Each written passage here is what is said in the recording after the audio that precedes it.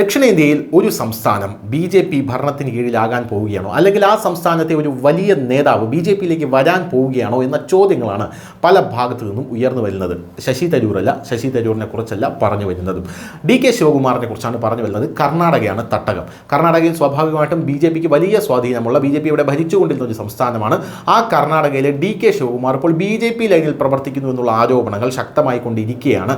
ഇപ്പോൾ ഇങ്ങനെ ഒരു വാദം കൂടി അവിടെ നിന്ന് ഉയർന്നു വരുന്നത്. പ്രധാനമായും വേറൊരു കാര്യം, കഴിഞ്ഞ ദിവസം മഹാശിവരാത്രിയായിരുന്നു. ആ മഹാശിവരാത്രി ദിവസം ജഗ്ഗി വാസുദേവ് അഥവാ സദ്ഗുരുവിൻ്റെ മഹാശിവരാത്രി ആ ഒരു സമ്മേളനത്തിൽ, ആ ഒരു ഈവൻറ്റിൽ ഇദ്ദേഹം പോയിരുന്നു. അവിടെ അമിത്ഷാ ഉണ്ടായിരുന്നു. അമിത്ഷായുമായി ഇദ്ദേഹം കൂടിക്കാഴ്ച നടത്തിയെന്ന് പറയുന്നുണ്ട്. പോരാത്തതിന് സദ്ഗുരു ജഗ്ഗി വാസുദേവ് അമിത്ഷായെ വേദിയിലിരുത്തി പ്രകീർത്തിച്ചിരുന്നു. കഴിഞ്ഞ 10 വർഷത്തിനിടയിൽ നമ്മളൊരു ബോംബ് ബ്ലാസ്റ്റ് പോലും നമ്മുടെ രാജ്യത്ത് കേൾക്കുന്നില്ല. എന്നാൽ 2014 മുമ്പ് അതായിരുന്നില്ല സാഹചര്യം. നമ്മുടെ നാട്ടിലെ ഫോഴ്സസിനെല്ലാം ഞാൻ അതിന് നന്ദി പറയുന്നു. കൂട്ടത്തിൽ ഒരു വലിയ വ്യക്തിയോടുകൂടി നന്ദി പറയണം, അത് നമ്മുടെ ഹോം മിനിസ്റ്റർ ആയിട്ടുള്ള അമിത്ഷായാണ് എന്ന് പറഞ്ഞപ്പോഴെല്ലാം ഡി.കെ. ശിവകുമാർ അതിന് കൈയടിക്കുന്ന കാഴ്ച വളരെയധികം ഒരു പ്രതിസന്ധി കോൺഗ്രസിൽ സൃഷ്ടിച്ചിരിക്കുന്നു എന്നുള്ളതാണ്. കാരണം ഇത് ഹൈലൈറ്റ് ആക്കി പല മാധ്യമങ്ങളും ഇപ്പോൾ വാർത്ത ചെയ്യുന്നുണ്ട് എന്നുള്ളത് കൊണ്ടാണ്.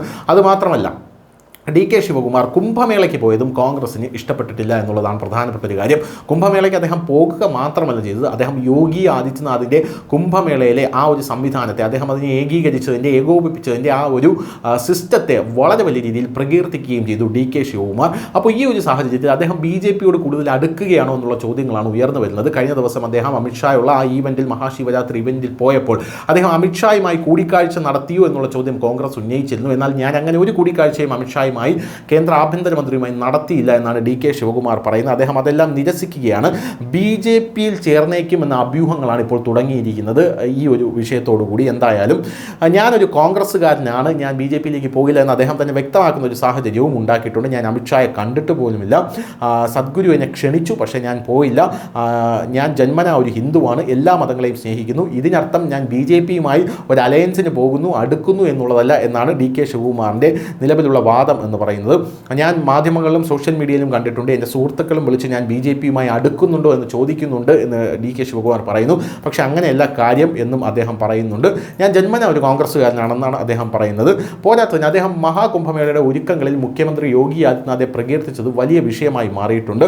ഈ മഹാകുംഭമേളയുടെ ഒരുക്കങ്ങളിൽ ഇത്രയും ചെലവേറിയ ഒരു കുംഭമേള, പോരാത്തതിന് അതിലെ ചെലവും വരവും എല്ലാം ഞെട്ടിക്കുന്നതാണ്, അത്ഭുതപ്പെടുത്തുന്നതാണ് എന്നാണ് അദ്ദേഹം യോഗി ആദിത്യനാഥിൻ്റെ ഈ ഒരു ഒരുക്കങ്ങളെക്കുറിച്ച് പറഞ്ഞത്. ഇതും കോൺഗ്രസിൽ വലിയ സംസാര വിഷയമായി മാറിയിട്ടുണ്ട്. എന്ത് തന്നെയായിരുന്നാലും ഒന്ന് യോഗിയെ പ്രശംസിച്ചാൽ, അല്ലെങ്കിൽ ബി.ജെ.പിക്കാരെ പ്രശംസിച്ചാൽ തന്നെ കോൺഗ്രസ്സുകാരെല്ലാം ചാടി ബി.ജെ.പിയിലേക്ക് പോകും എന്നുള്ളത് ഒരു വസ്തുതയാണ്. കാരണം അങ്ങനെ പ്രശംസിച്ച് തുടങ്ങിയവരെല്ലാം പിൻകാലത്ത് ബി.ജെ.പിയുടെ സീറ്റിൽ ഇരിക്കുന്ന കാഴ്ച നമ്മൾ കണ്ടിട്ടുണ്ട്.